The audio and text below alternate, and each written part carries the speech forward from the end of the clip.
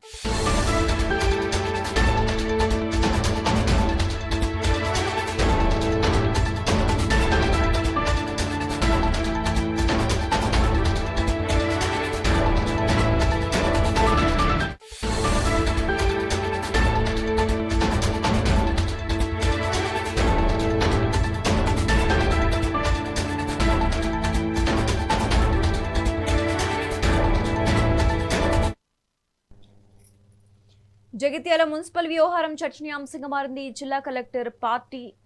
జిల్లా కాంగ్రెస్ పార్టీ రెండు వర్గాలుగా విడిపోయింది. మీనాక్షి నటరాజన్ శివాంగ్తో కాంగ్రెస్ సీనియర్ నేత జీవన్ రెడ్డి భేటీ అయ్యారు. మంత్రి అడ్లూరుతో జీవన్ రెడ్డి సమావేశమయ్యారు.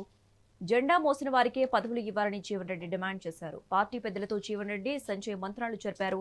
తమ వర్గానికి చైర్మన్ పదవి ఇవ్వాలని పట్టుబడుతున్నట్లుగా తెలుస్తోంది. ఇక ఇదే అంశానికి సంబంధించి మోర్ అప్డేట్స్ మా ప్రతినిధి రవికుమార్ ఫోన్ ద్వారా అందిస్తారు. రవికుమార్. శశిరేఖ, ఏదైతే మొదటి నుంచి కూడా ఇక్కడ జగిత్యాలలో ఒకే వర్గానికి సంబంధించి అంటే కాంగ్రెస్ పార్టీలో ఇద్దరు నాయకుల మధ్య మాటలు ఇద్దరి నుంచి తార స్థాయికి చేరిన విషయం తెలిసిందే. అంటే తను మొదటి నుంచి కూడా ఏదైతే మున్సిపల్ ఎలక్షన్స్ వస్తున్న నోటిఫికేషన్ విడుదలైనప్పటి నుంచి కూడా ఇటు పార్టీలో తనకు సరైన స్థానం కూడా దక్కట్లేదని చెప్పేసి ఇటు జీవన్ రెడ్డి చెప్పుకొచ్చిన పరిస్థితి. అదే విధంగా ఇటు బీఆర్ఎస్ పార్టీలో ఉంటూనే నేను కాంగ్రెస్ పార్టీలో ఉంటూనే బీఆర్ఎస్ పార్టీలో ఉన్నా అని చెప్పేసి చెప్పుకొచ్చిన పరిస్థితి సంజయ్ది.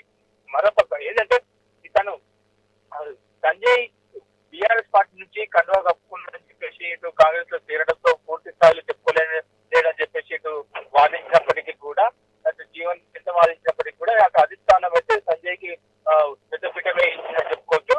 ఇప్పుడు జీవన్ రెడ్డికి సంబంధించిన అంశాలకు టికెట్లు ఇవ్వకపోవడంతో తను ఇండిపెండెంట్ సంబంధించిన వర్గాన్ని అందరినీ కూడా ఇండిపెండెంట్ గా సపోర్ట్ చేస్తూ తనకు సంబంధించిన వర్గానికి తను సపోర్ట్ చేయడంతో ఆయన వర్గానికి చెందిన వాళ్ళు కొంచెం 18 మంది గెలుపొందడంతో ఇటు కీలక మలుపు అయితే తిరిగిందనుకోవచ్చు. ఎందుకంటే అక్కడ కాంగ్రెస్ అధిష్టాన పీఠం దక్కించుకోవడానికి ప్రయత్నం చేసినప్పటికీ కూడా వీళ్ళు ఇప్పుడు జీవన్ రెడ్డికి సంబంధించిన వర్గం అయితే కీలకంగా మారనుంది. కానీ మొత్తానికి అయితే దానికి సంబంధించిన వర్గాలకు పీఠం దక్కాలి. ఏదైతే కౌన్సిలర్ 18 మంది కౌన్సిలర్ ఏదైతే గెలుపొందిన అభ్యర్థుల నుంచి చైర్మన్ పదవి ఇవ్వాలని చెప్పేసి తను పట్టుదలతో ఉన్నాడు. ఇదే విషయంపై ఇటు ఏఐసీ నేతలతో దగ్గర మీనాక్షి నగరాలతో పాటు సవంగ్తో కూడా జీవన్ రెడ్డి భేటీ అయినట్టు తెలుస్తుంది.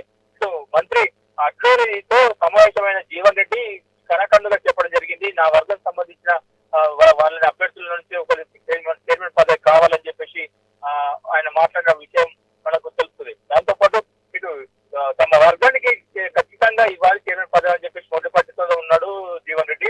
మరి ఇది చూడాలి. సంజయ్ కూడా తన వర్గంలో ఏదైతే గెలుపొందిన 22 మంది కౌన్సిలర్ను ఆయన ఆల్రెడీ క్యాంపుకు తీసుకెళ్లడం జరిగింది.